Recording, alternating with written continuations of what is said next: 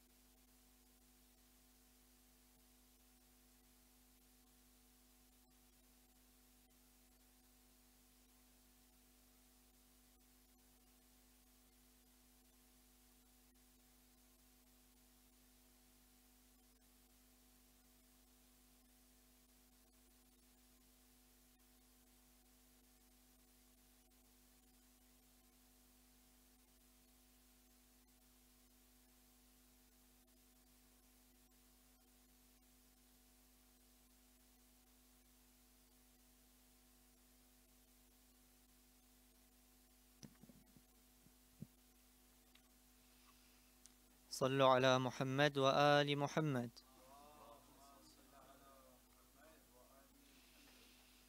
أعوذ بالله من الشيطان الرجيم.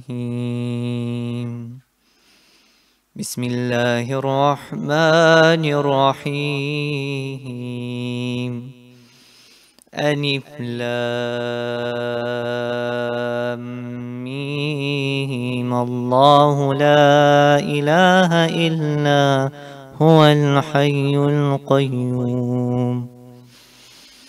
نزل عليك الكتاب بالحق مصدقا لما بين يديه وأنزل التوراة والإنجيل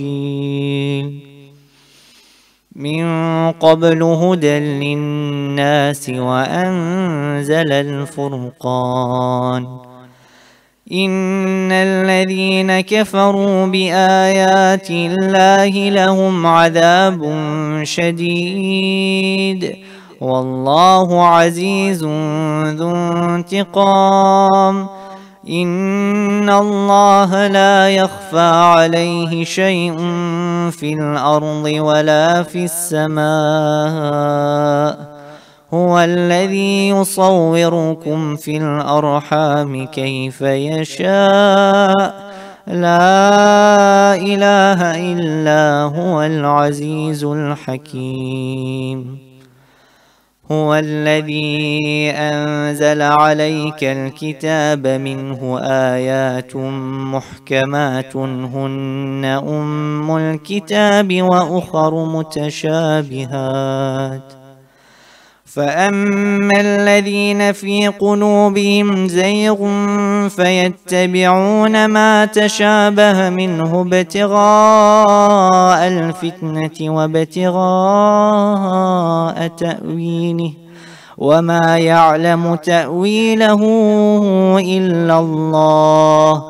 والراسخون في العلم يقولون آمنا به كل من عند ربنا وما يذكر إلا أولو الألباب. ربنا لا تزغ قلوبنا بعد إذ هديتنا وهب لنا من لدنك رحمة إنك أنت الوهاب. ربنا إنك جامع الناس ليوم لا ريب فيه إن الله لا يخلف الميعاد. صدق الله العلي العظيم. الفاتحة.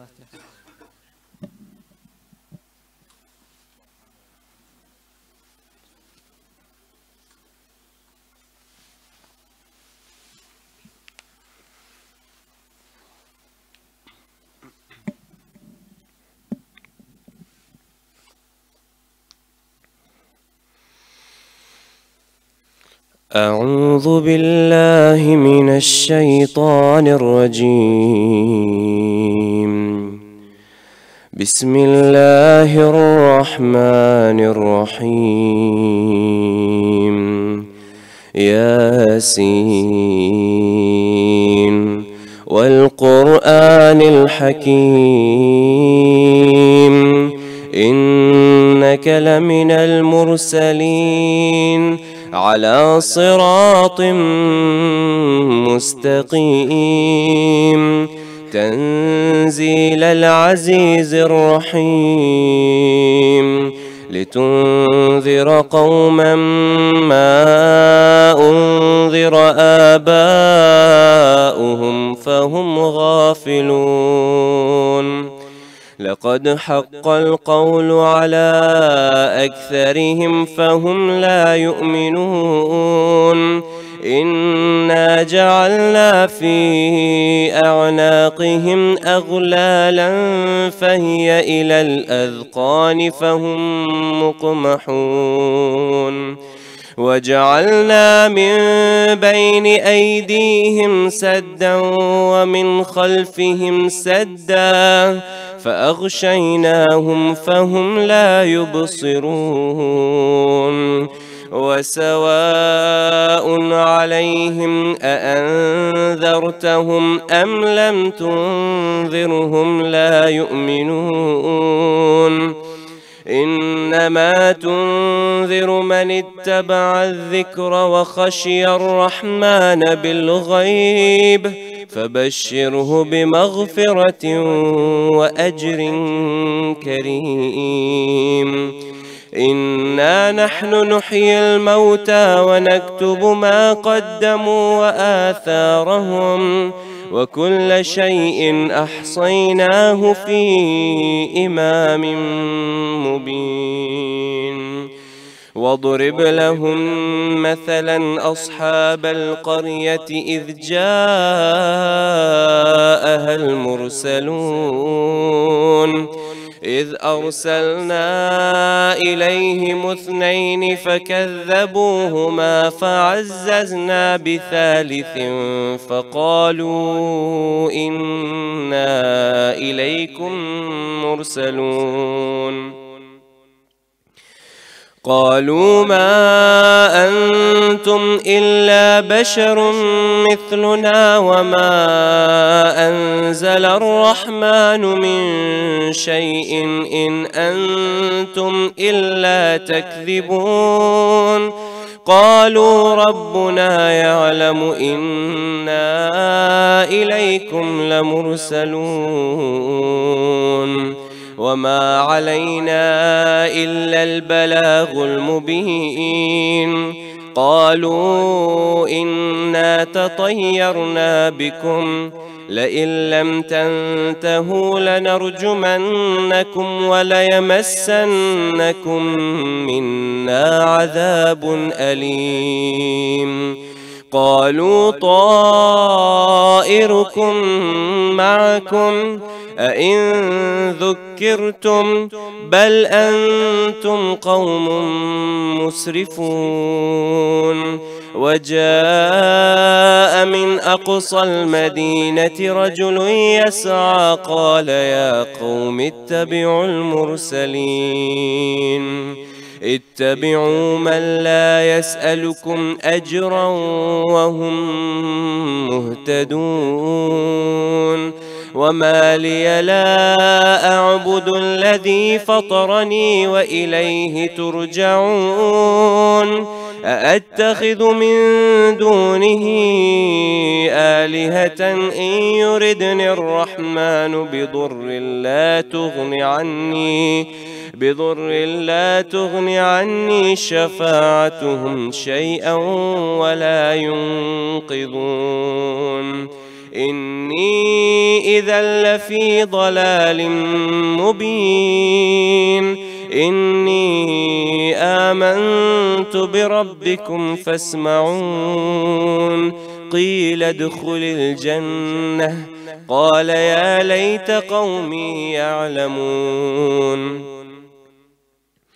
بما غفر لي ربي وجعلني من المكرمين وما أنزلنا على قومه من بعده من جند من السماء وما كنا منزلين إن كانت إلا صيحة واحدة فإذا هم خامدون يا حسرة على العباد ما يأتيهم من رسول إلا كانوا به يستهزئون ألم يروا كم أهلكنا قبلهم من القرون أنهم إليهم لا يرجعون وإن كل لما جميع لدينا محضرون وآية لهم الأرض الميتة أحييناها وأخرجنا منها حبا فمنه يأكلون وجعلنا فيها جنات من نخيل وأعناب وفجرنا فيها من العيون ليأكلوا من ثمره وما عملته أيديهم أفلا يشكرون سبحان الذي خلق الأزواج كلها مما تنبت الأرض ومن أنفسهم ومما لا يعلمون وآية لهم الليل نسلخ منه النهار فإذا هم مظلمون والشمس تجري لمستقر لها ذلك تقدير العزيز العليم والقمر قدرناه منازل حتى عاد كالعرجون القديم لا الشمس ينبغي لها أن تدرك القمر ولا الليل سابق النهار وكل في فلك يسبحون وآية لهم أنا حملنا ذريتهم في الفلك المشحون وخلقنا لهم من مثله ما يركبون وإن نشأ نغرقهم فلا صريخ لهم ولا هم ينقذون إلا رحمة منا ومتاعا إلى حين وإذا قيل لهم اتقوا ما بين أيديكم وما خلفكم لعلكم ترحمون وما تأتيهم من آية من آيات ربهم إلا كانوا عنها معرضين وإذا قيل لهم أنفقوا مما رزقكم الله قال الذين كفروا للذين آمنوا أنطعم من لو يشاء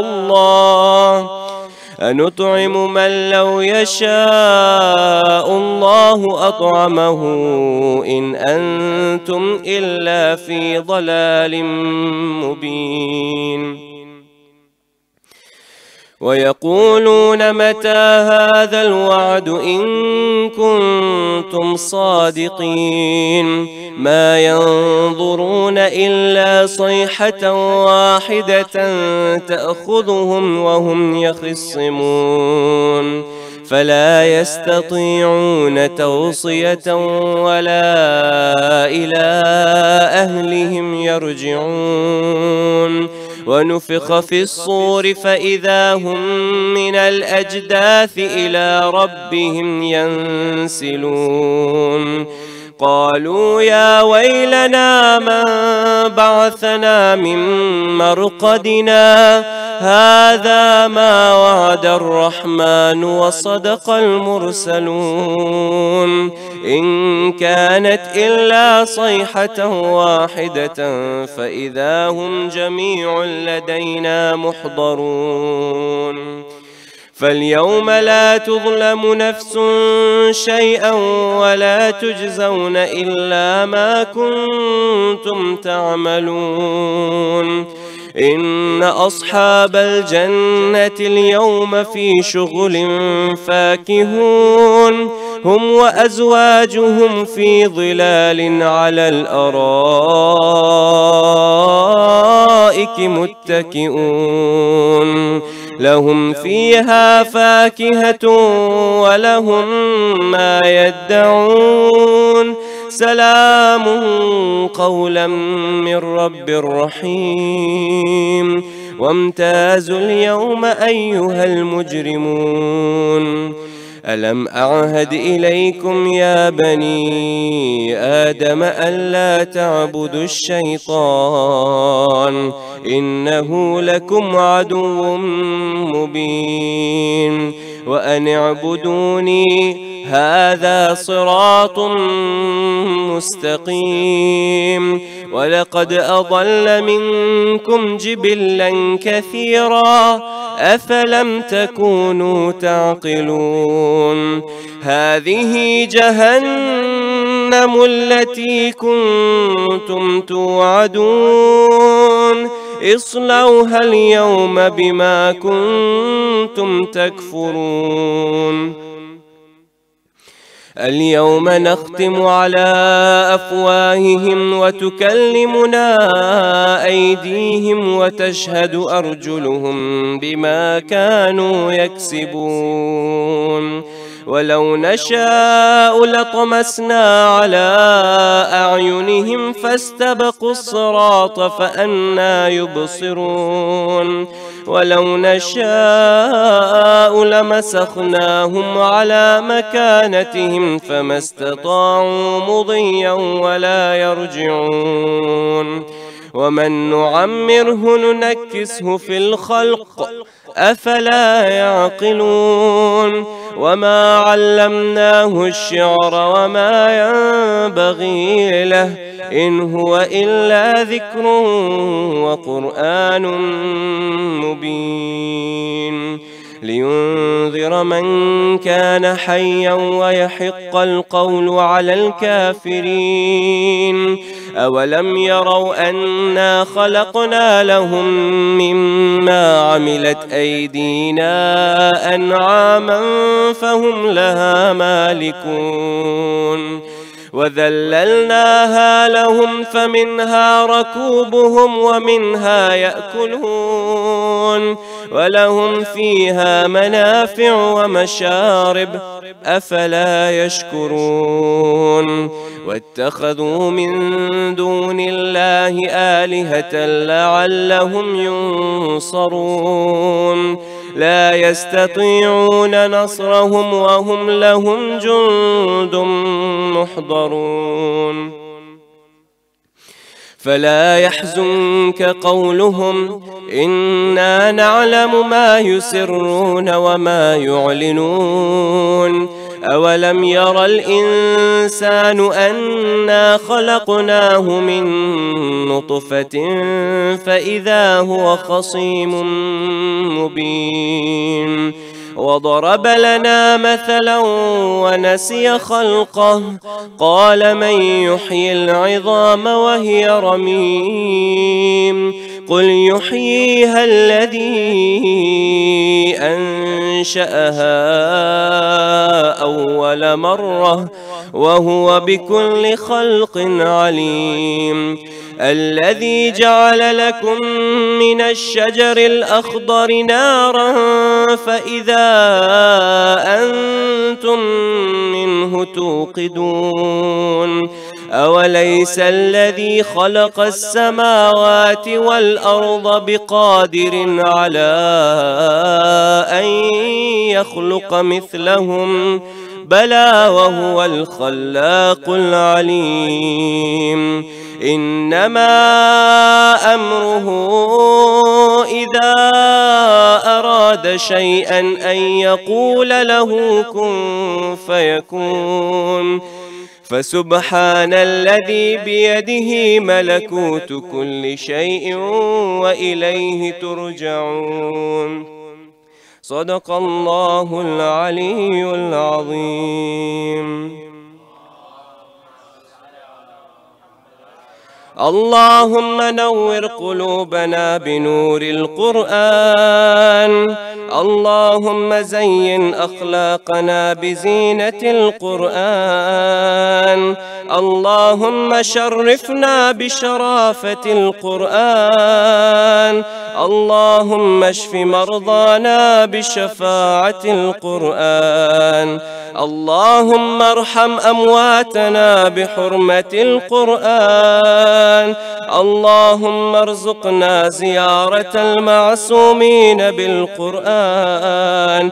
اللهم عجل لوليك الفرج مولانا صاحب العصر والزمان بالقرآن، وارزقنا زيارته وشفاعته بالقرآن. آمين يا رب العالمين. سورة المباركة الفاتحة.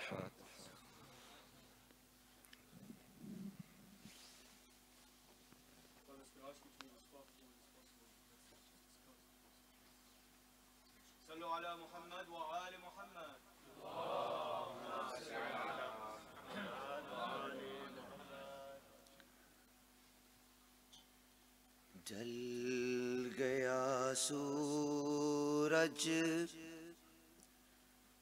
شمع جلی،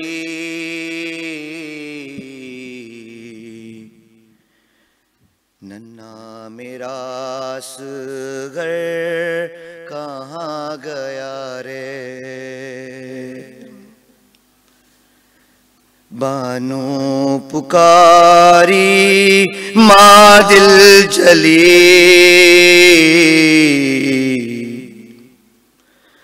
ننھا میرا اصغر کہاں گیا رے؟ رات اندھیری سنسان بن، ڈھونڈوں کہاں تجھے اے گل بدن، رو رو پکاری ماں دل جلی، ننھا میرا اصغر کہاں گیا رے؟ وقت مدد ہے مشکل خشا، مشکل کرو حل بہر خدا، تم ہی بتا دو مولا علی، ننھا میرا اصغر کہاں گیا رے؟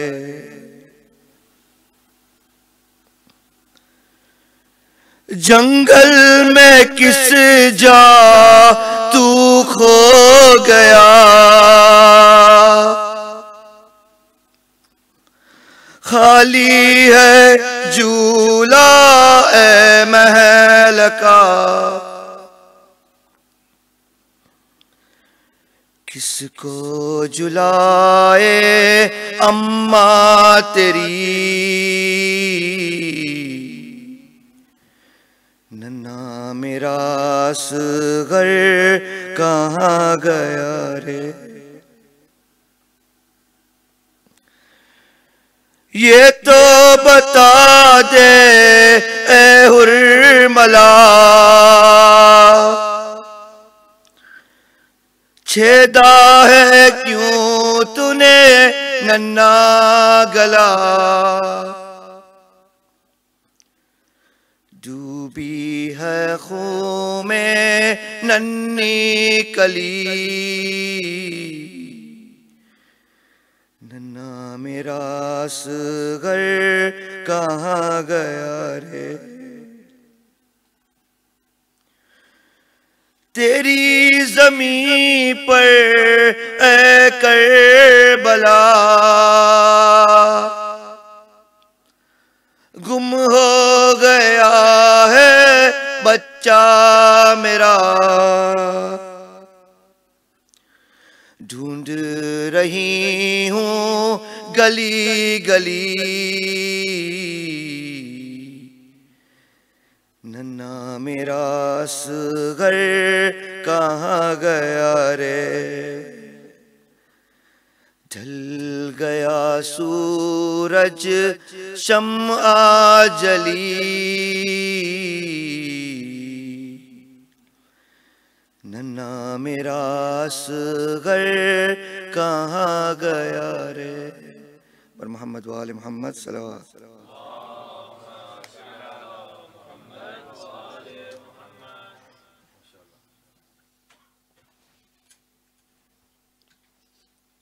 بر محمد و آل محمد صلوات۔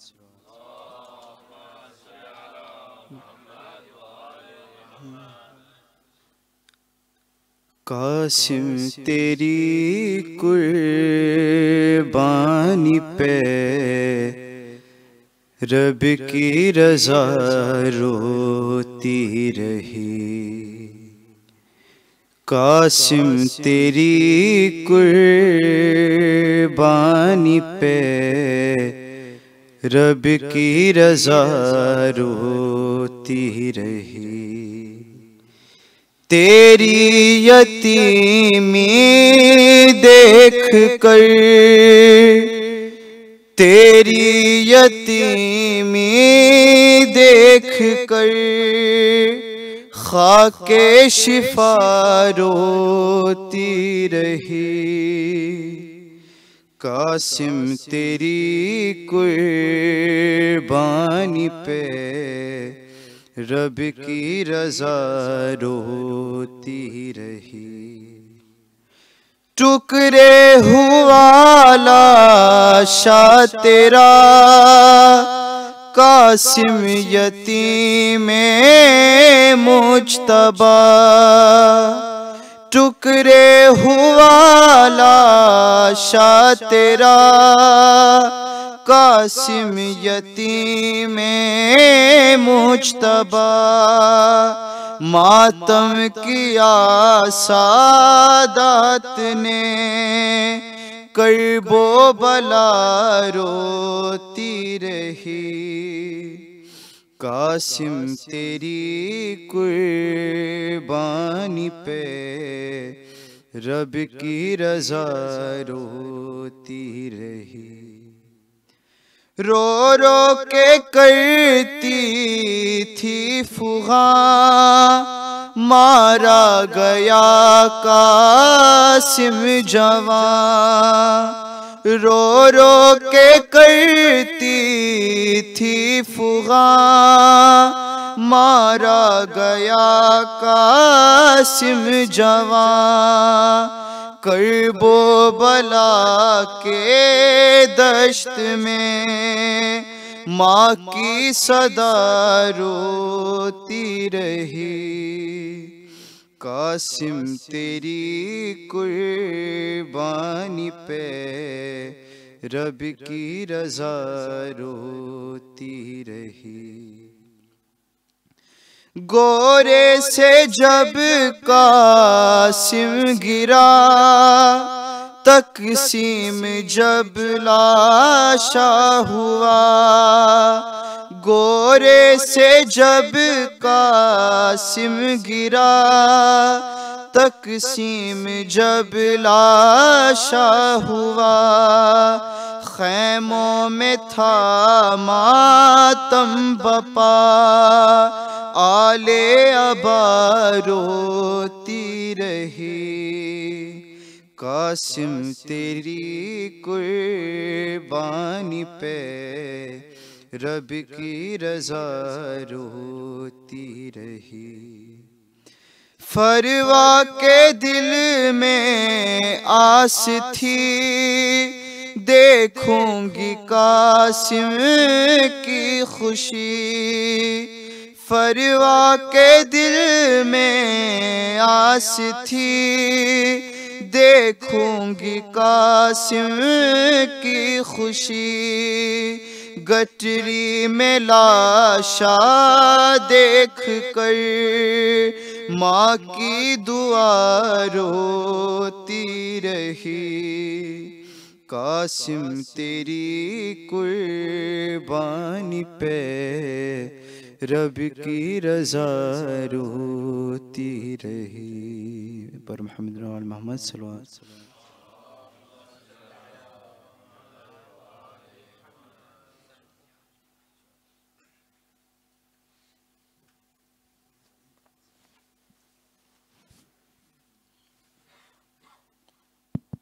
Brothers, before I start, if I can get everyone to move as far forward as possible, please, with the salawat ala Muhammad wa ali Muhammad.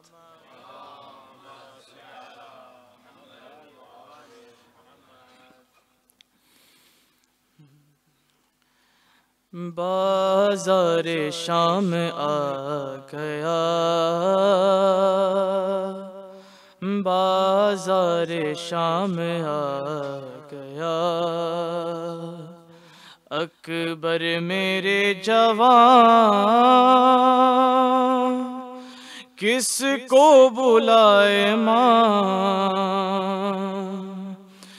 بازار شام آ گیا، بازار شام آ گیا، زینب کی لو خبر عابد ہے ناتواں، بازار شام آ گیا، بازار شام آ گیا، دشت بلا کو چھوڑ کر خاک شفا کوڑ کر، اے فخر کبریا سنو کہتی ہوں ہاتھ چھوڑ، کہتی ہوں ہاتھ جوڑ کر، کیسے چلے گی ماں اے میرے نوجوان، بازار شام آ گیا، بازار شام آ گیا، قسمت کی پاس باں ہے وہ، خیر النساء کی جان ہے وہ، غربت کی انتہا ہوئی غیروں کے درمیان ہے وہ، شہزادی جناں سہتی ہے زخمیاں، بازار شام آ گیا، بازار شام آ گیا، قاتل کی راہ میرے پسر سجاد کا ہے ہم سفر، کم تو نہیں ہے یہ ستم سہتا رہا ہے رو مگر، کیسے سہے بھلا بیمار کارواں، بازار شام آ گیا، بازار شام آ گیا، اکبر میرے جوان کس کو بلائے ماں، بازار شام آ گیا، بازار شام آ گیا، محمد و آل محمد صلوات.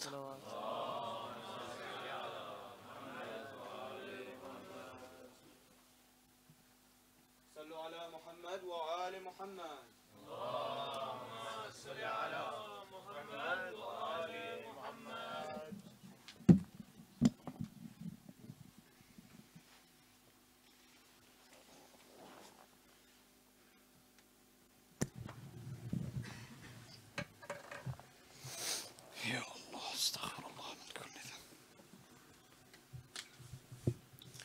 فاتحة. بسم الله الرحمن الرحيم. الحمد لله رب العالمين الرحمن الرحيم مالك يوم الدين إياك نعبد وإياك نستعين اهدنا الصراط المستقيم صراط الذين أنعمت عليهم غير المغضوب عليهم ولا الضالين.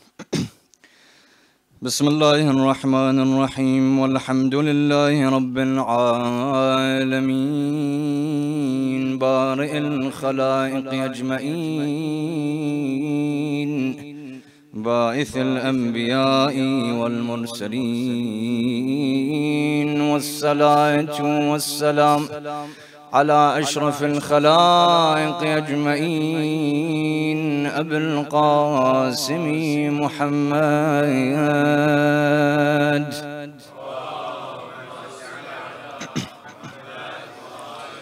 وعلى آله الطيبين الطاهرين المأسومين المظلومين الذين كلامهم نور وأمرهم رشد ووصيتهم التقوى وفعلهم الخير وعادتهم الإحسان وسجيتهم الكرام لا سيما للحسين المظلوم المقتول المجروح العطشان المذبوح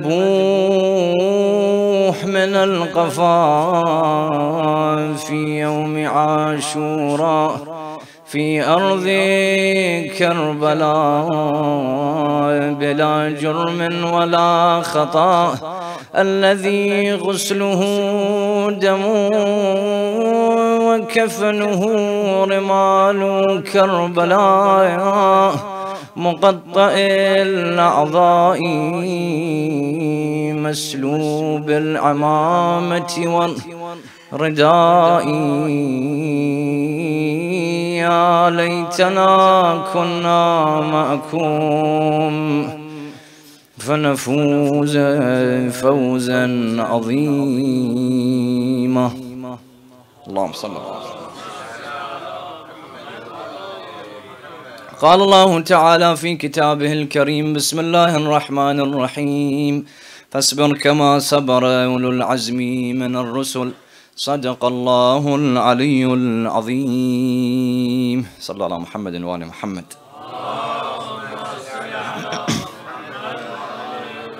Allah subhanahu wa ta'ala in Surah Al-Ahqaf speaks about how prophets of God were sent to their different communities and how these prophets of God brought these messages and these ideas of divine revelation, of divine unity and tawheed, and the message of Ma'ad and Akhirah.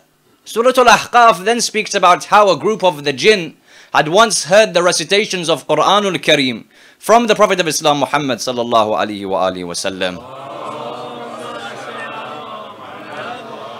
And being affected by these pure words of Allah subhanahu wa ta'ala, these jinn decided to accept Islam and to accept the idea of Ma'ad and the Akhirah.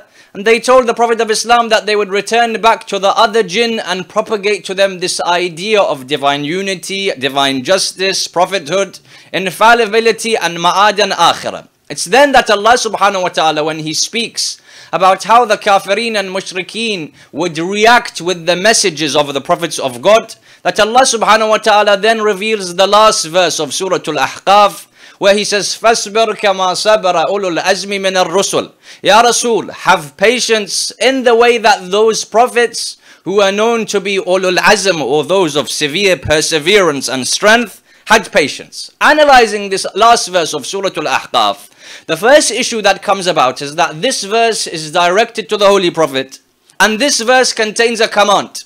Now in Arabic, when you have an amr or a command, as we know, the apparent meaning of a command in Arabic is that the action is wajib.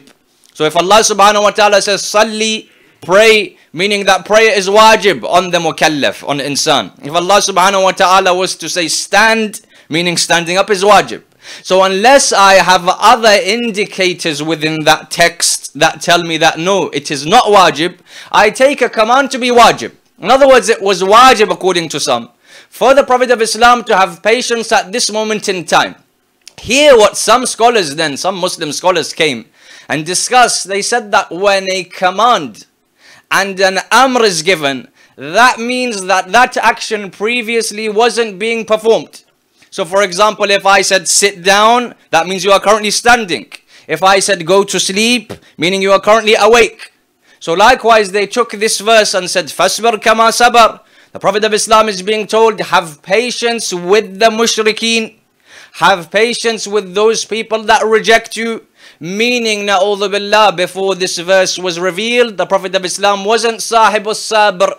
The Prophet of Islam wasn't someone of patience. Now you find these type of issues that often certain Muslimin, certain mufassirin, certain muhaddithin, they wrote in their books. That when it came to Abasa wa Tawalla, he frowned and turned away. This must be the Prophet of Islam. When it came to this riwayah that a group of the non-Muslims, they asked the Prophet of Islam certain questions. Whenever they would ask him questions, he would always say, I will tell you insha'Allah when Allah gives revelation. And the Muslim mu'arrikh, the Muslim mufassir, what did he write? He wrote that on one occasion they came.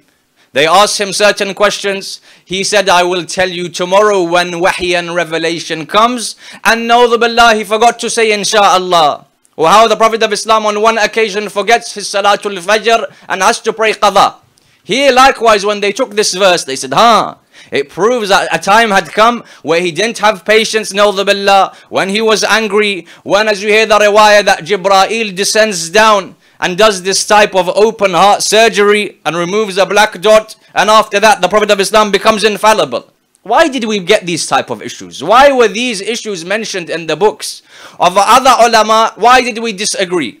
The answer was very simple. The reason we have so many of these disagreements with regards to the character of the Prophet of Islam is that others took him to be insan, a human being that was made into a prophet. A human being that was made into a prophet. We said no, he wasn't a human being that was made into a prophet. He was a prophet and nabi that was made into a human being.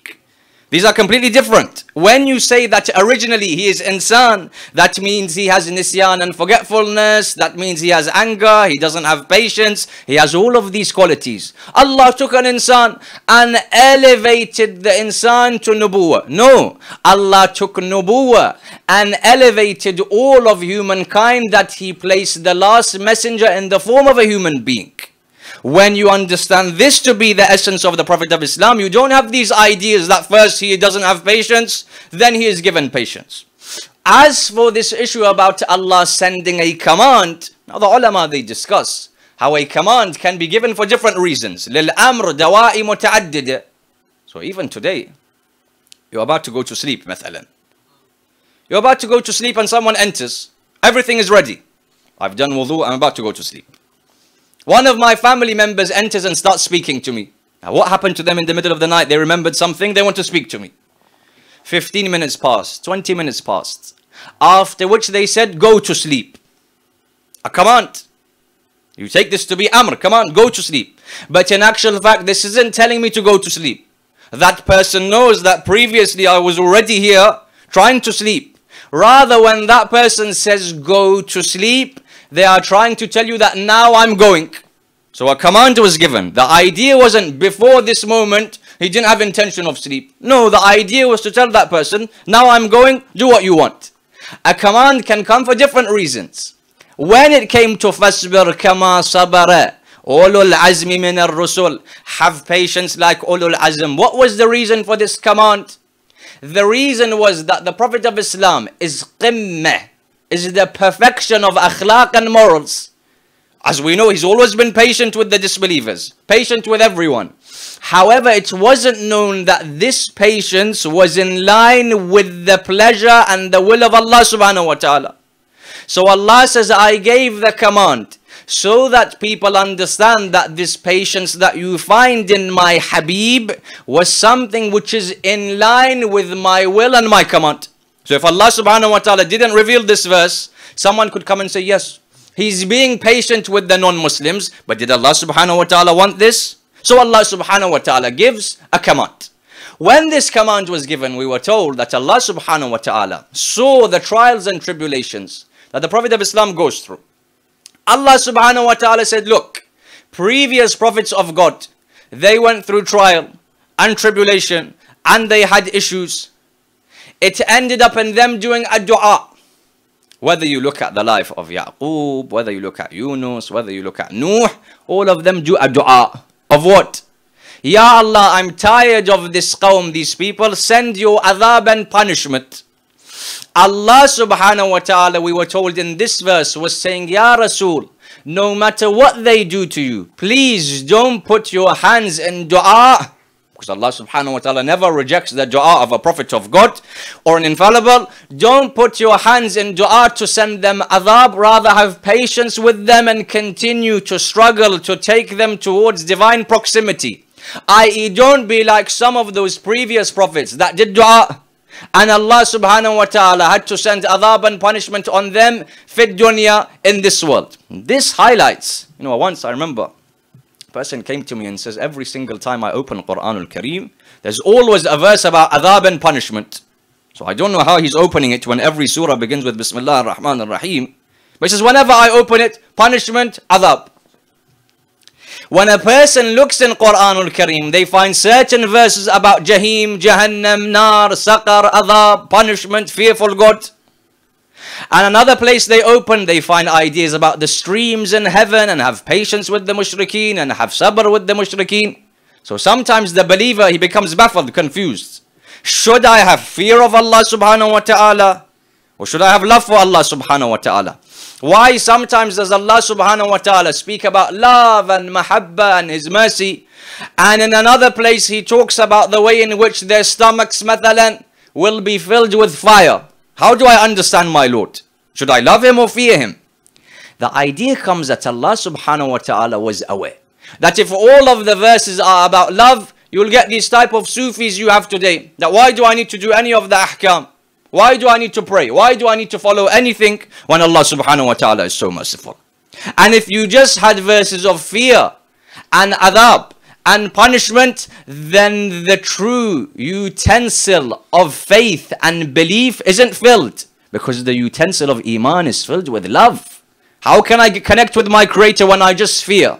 So Allah subhanahu wa ta'ala places the two wings to the bird of my faith and iman, love of Allah and fear of Allah subhanahu wa ta'ala. And these two don't go against one another. Why? Because you have one type of fear, which is the fear of me and you. I fear Allah subhanahu wa ta'ala due to punishment. I don't want to be an adhab, I fear Allah subhanahu wa ta'ala. This is the first level of khawf.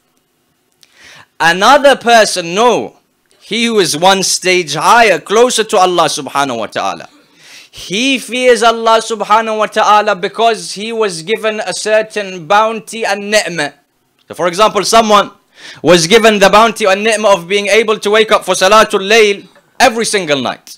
Another person has the ni'mah and bounty of going to do ziyarah of Hussein ibn Ali, salawatullahi wa salamuhu alayhi, every single year. A third person has the ni'mah that whenever he supplicates to Allah subhanahu wa ta'ala, he can cry and connect with his Lord. All of these are ni'mat. All of these are bounties. The second level of khawf is that Allah has given me a bounty. I'm fearful that Allah subhanahu wa ta'ala will take it away. So there were certain awliya of God. They didn't have fear of punishment. They said, Allah subhanahu wa ta'ala gave me the gift of communication, of munajat, of crying for Allah subhanahu wa ta'ala, of going on ziyarah of a'imma, and I'm fearful that Allah subhanahu wa ta'ala will take it away. Then comes the third level of fear, the level of a'imma, ahlul bayt, anbiya, infallibles, which was what? Which was neither fear of punishment, nor fear of a benefit being taken away. Rather, just the essence and the dhat of Allah has such jalal and power and quwwah that they are due to all of Allah subhanahu wa ta'ala, they have fear. So the example I give, if you know that in the next room standing is Sahibul Asri wa Zaman, salamullah alayhi, ajallahu ta'ala fadl sharif.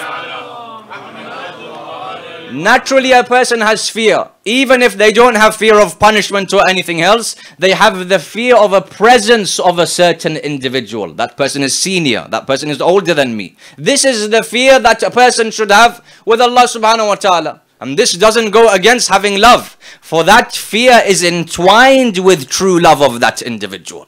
This verse, therefore, was said to be one of the verses of Allah subhanahu wa ta'ala's mercy and rahmah in Quranul Kareem, that Ya Rasul, even though they disbelieve in me and they attack my Prophet and they attack his message, still Ya Rasul, Akhirah is a different story. Akhirah punishment may be there. Punishment will be there. However, here don't do an adhab, a dua for adhab, and try as much as you can to bring them towards Allah subhanahu wa ta'ala's rahmah. Now, this reminds me of a riwayah that was mentioned about Nuh alayhi salam.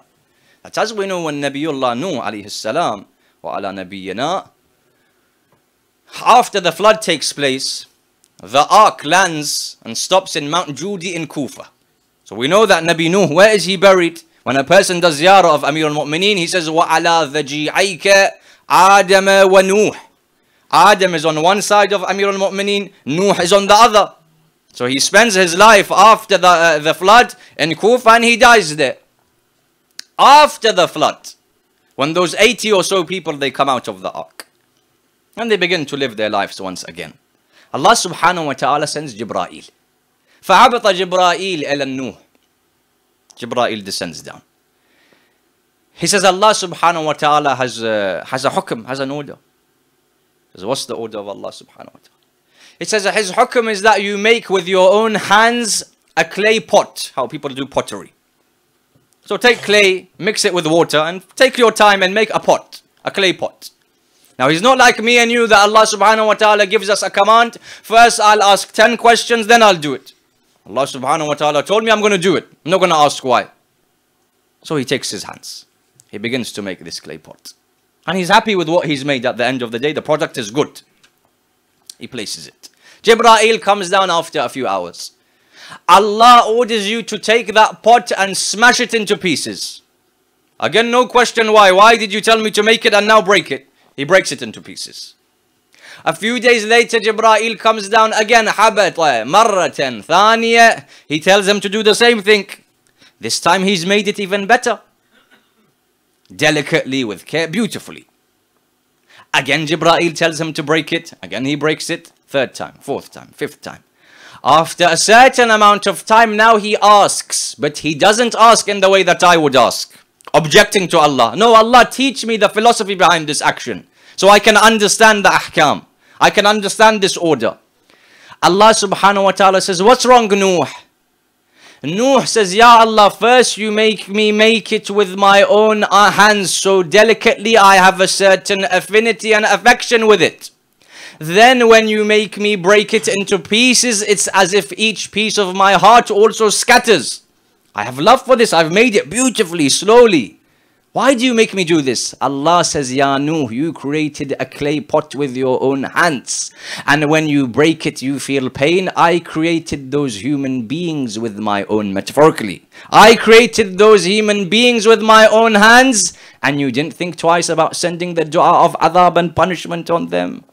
How does Allah subhanahu wa ta'ala feel? Yes, in the akhirah, what they have done, due to the justice of Allah subhanahu wa ta'ala, they need to enter the hellfire, mathalan. However, Allah subhanahu wa ta'ala doesn't want to send any of his servants to hell. If they do certain things that necessitate that, fabiha, he has to. However, Allah subhanahu wa ta'ala says that every other creation I created through kun fayakun. Instantly.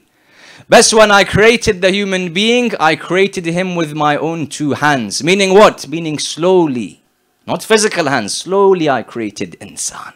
Allah subhanahu wa ta'ala therefore told the Prophet of Islam, have patience. Don't send adhab on them. Slowly they will come towards you. When the scholars, they discuss this verse, they discuss what was meant by Ulul Azm. For some ulama, based on riwayat, said Ulul Azm was every single prophet of God. I said Ulul Azm means the prophet who has certain strength and perseverance. They said all Anbiya were Ulul Azm. Others said no, there were 10 or 12 Ulul Azm. The most authentic or acted upon riwayah is from Imam Jaffer al-Sadiq, salawatullahi wa salamuhu alayhi, where he says the Ulul Azm are 5, as we know. And the children, they learn this from a very young age. Nuh, Ibrahim, Musa, Isa, and the last messenger. Peace and blessings be upon all of them. When it comes as to why they were called Ulul Azm, I'll give you an example. A person, he comes, with his own hands, he places the bricks of a house, the foundations of a house. Slowly, delicately, with detail, he creates the foundations of this house. And slowly this house, the structure of it is built. He starts to work on the interior of the house until eventually, after many years, all of the house is complete. Perfect house. Inside, outside, perfect. He goes away for a few days on holiday. When he comes back, he realizes that the foundations of the house are still there. They remain.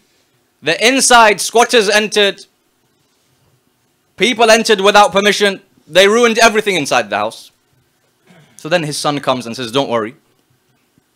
I'll renew the inside. The son renews the inside. The outside was fine. The structure was still there. The father dies. The son then goes on a holiday. He comes back, the same thing he realizes has happened.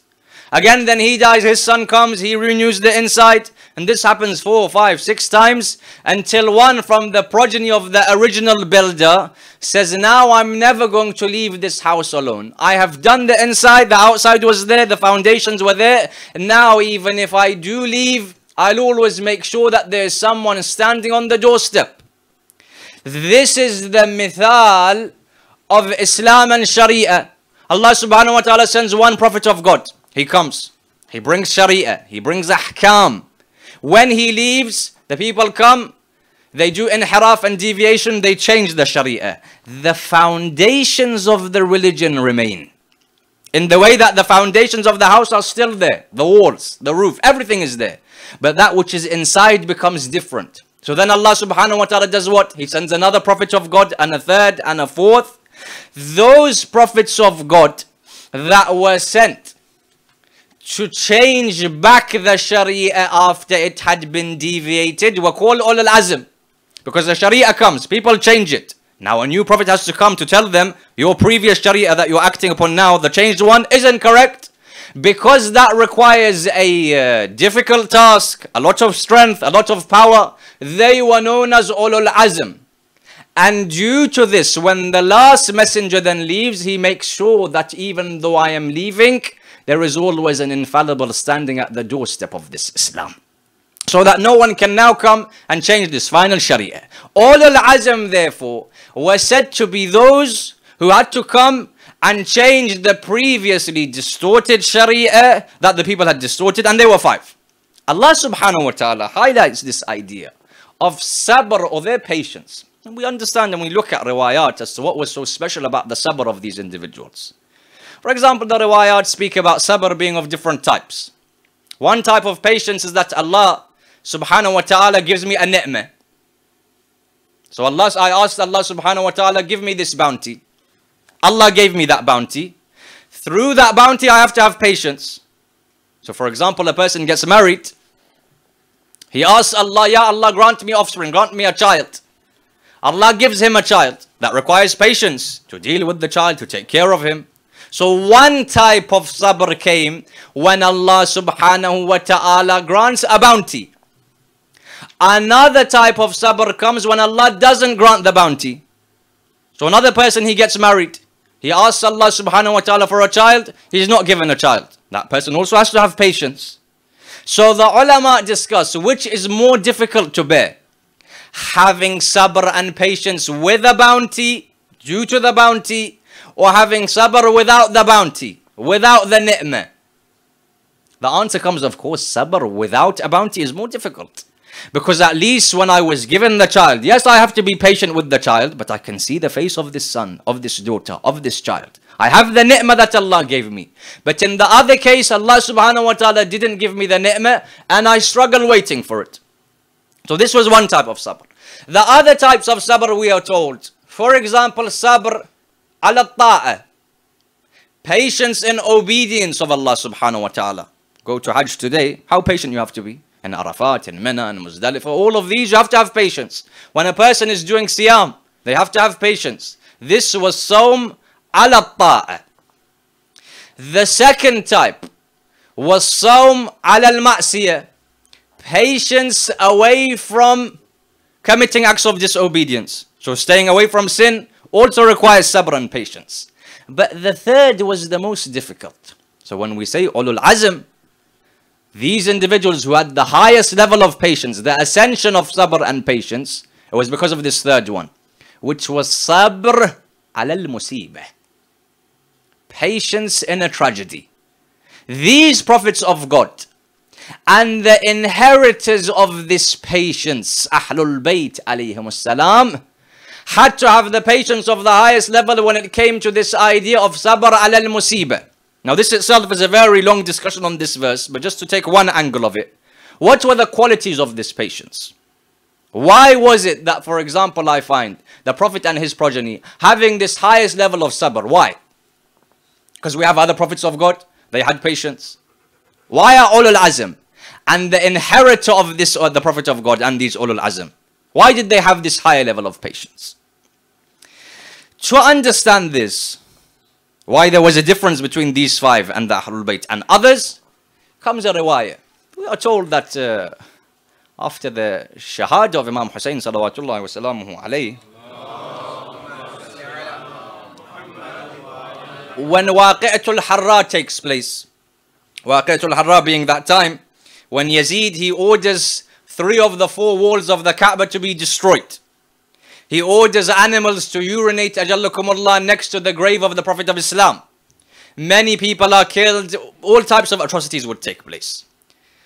After Karbala, as a group of people, they go to Makkatul Mukarramah to destroy the Kaaba, to take out all of these atrocities. As we know, a smaller group from the army of Umar bin Sa'ad take the Ahlul Bayt alayhimus salam to Kufa and then Sham. Your job is to take them with the heads of Shuhada and the martyrs from Kufa to Sham.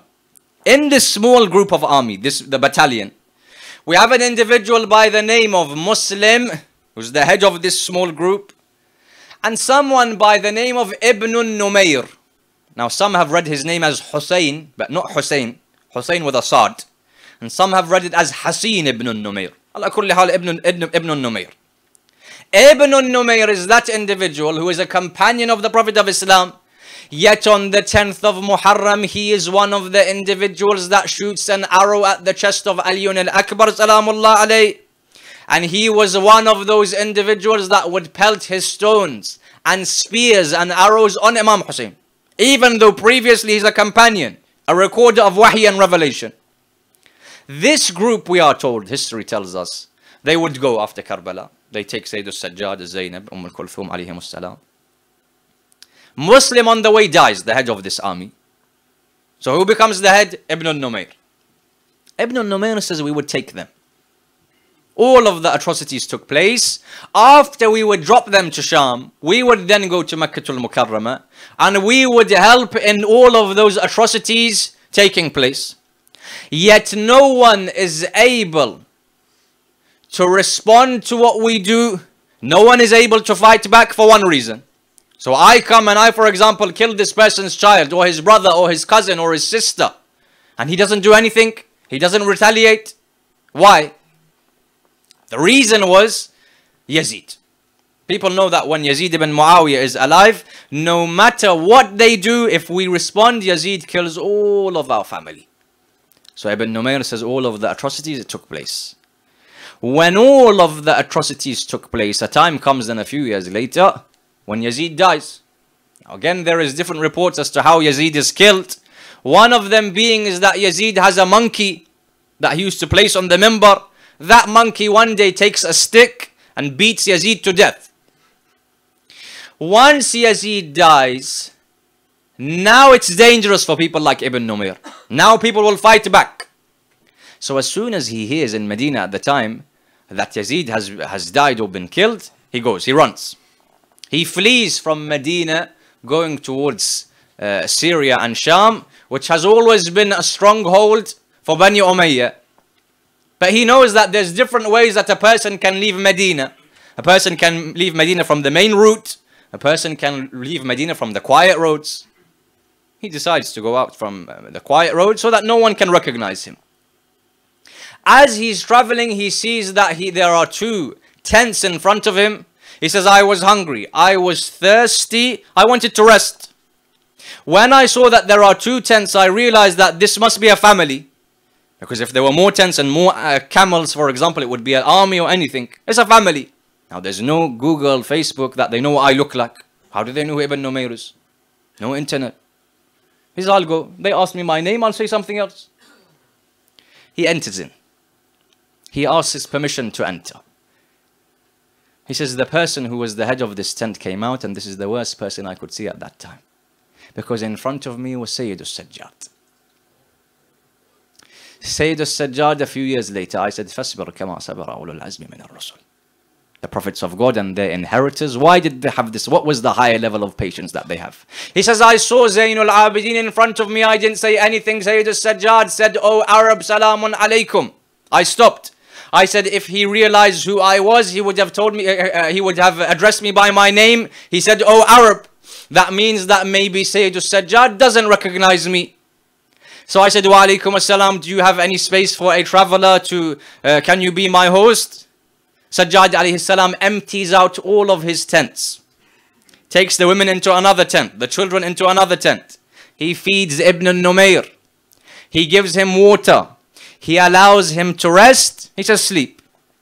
Ibn Numayr says, I woke up. I saw no one is in the tent.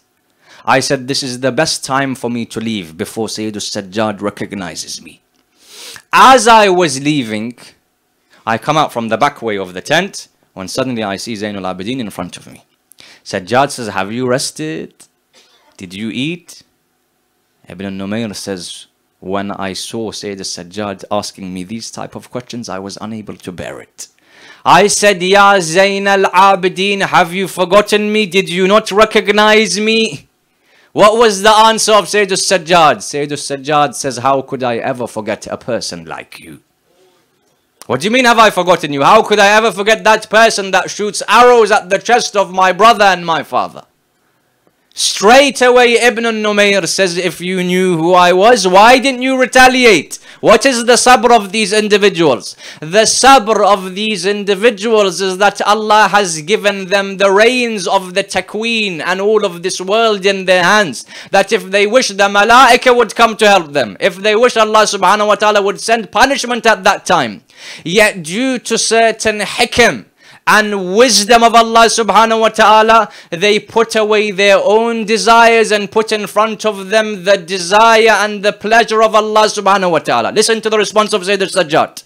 Ibn Numayr says, if you knew who I was, why didn't you deal with me how you should have dealt with me? Take me to the courts. Punish me for what I did. Will you hear the response of this infallible? He says, you came to me as a guest, so I treated you as a guest, within which there is the pleasure of God. If you had come to me in any other situation, I would have treated you differently. But oh Ibn Numayr, we were your guests in Karbala. How did you treat us in Karbala? فَاسْبِرْ كَمَا صَبَرَ أُولُو الْأَزْمِ مِنَ الرُّسُلِ. This was their patience. That even though I have the chance to pray to Allah subhanahu wa ta'ala to finish off these people, to pray to Allah subhanahu wa ta'ala to send malaika. We have many stories of the Imma. The malaika were behind them. They would show how many malaika that Allah subhanahu wa ta'ala had given them. But they say, we leave these things. We have patience in front of the oppressors due to certain wisdom and hikmah of Allah subhanahu wa ta'ala. When a person sometimes reads the statements of Zainul Abidin alayhi salam, he becomes baffled at this individual, this infallible. When Sajjad would say that if Shimr gave me the sword with which he cut the head neck of my father to keep as an amana and safekeeping, even if it was Shimr, I would give it back to him. How can we have an imam like this, an infallible like this? This was why there were these 5 and others that had a total different level of sabr and patience compared to the other prophets of God. The sabr of Hussein and Zainab. That no matter what she sees, she says, Ma ra'aytu illa Jamila, I saw nothing but the beauty of Allah subhanahu wa ta'ala. A time came where Islam was weak. The hands of Islam had been cut, so Hussein gave the hands of Abul Fadl al-Abbas. The body of Islam had its heart taken away. Hussein says, I give you the heart of Ali al-Akbar. Islam was there without a covering. Hussein says, I give you the covering of Zainab and Kulthum. Islam as a body didn't have its ornaments. The ornaments were taken away. He says, I give you the ornaments of my daughter Sakina. Islam as a body had its ribs broken. Hussein says, I give you the ribs of Qasim ibn al-Hasan. But this body that is there of Islam, with its new heart and its hands and its ribs, requires blood. Hussein says, I gave blood from my own heart to the body of Islam. For there were tragedies that took place on that day. One of the most greatest tragedies when a person reads the books of Maqatil is when a young child comes to Hussein ibn Ali and says, oh my uncle, do you give me permission? Hussein salamullah alayhi says, how can I give permission to that person who reminds me of my brother Hassan al-Mujtaba?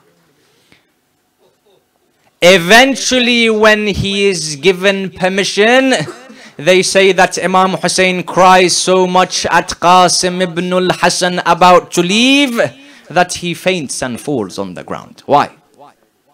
Why? There's one riwayah which explains to us the closeness and proximity of these two brothers. Because Qasim was in the shape and form of the brother of Hussein Mujtaba. A piece of Mujtaba is going once again. It's as if again he sees the liver of his brother coming out. As if again he has to take out the arrows from the body of Hassan al-Mujtaba. The riwayah says that when there is poison through the body of Imam Mujtaba, Imam Hussein enters in. Imam Hussein begins to cry, for he sees that the face of Imam Mujtaba has become green from the poison. He says, I would hug Imam al-Mujtaba, and both of us would cry, and Imam Mujtaba would say, oh my brother Hussein, I remembered a certain time in the life of the Prophet of Islam. He says, what? He says, I remember our grandfather, he told us at one point that he went on Mi'raj.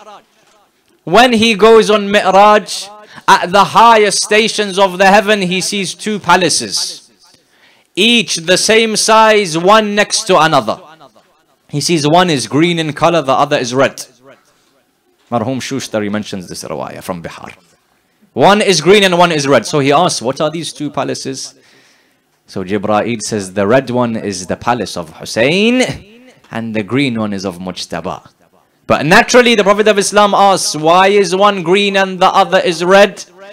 So Imam Hassan would mention and say, Jibreel says, because when Imam Mujtaba passes away, he is given poison and so his face becomes green.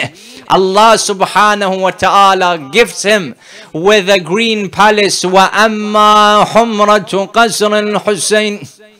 As for the red color of the palace of Hussein, because in his last moments he is covered in blood. Even his beard would be covered in his own blood. That Sayyid Sajjad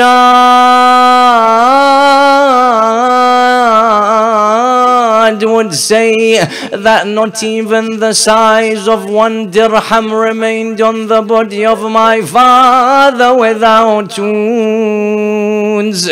When Qasim comes to Imam Hussein, why does he cry so much? Because he remembers the last moments of Mujtaba. He sees that Imam Mujtaba is going once again. Qasim says, I heard my master Hussein call out, Halmi Nasirin Yansurni. Is there any person to help me? Qasim said, I would come with my shield and my sword and my armor towards Abu Abdullah, saying, Ya I'adhan li bil khuruj, allow me to go out and fight for yourself.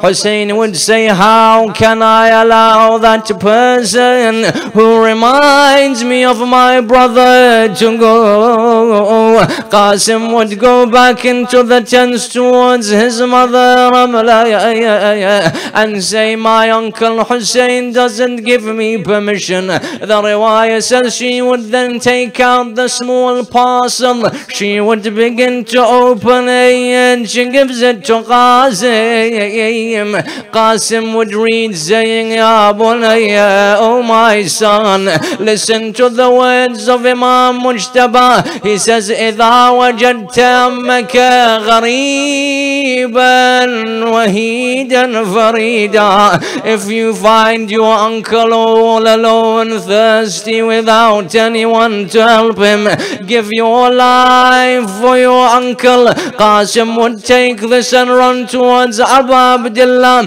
Abu Abdullah sees the will of Imam Mujtaba. He says, I give you permission.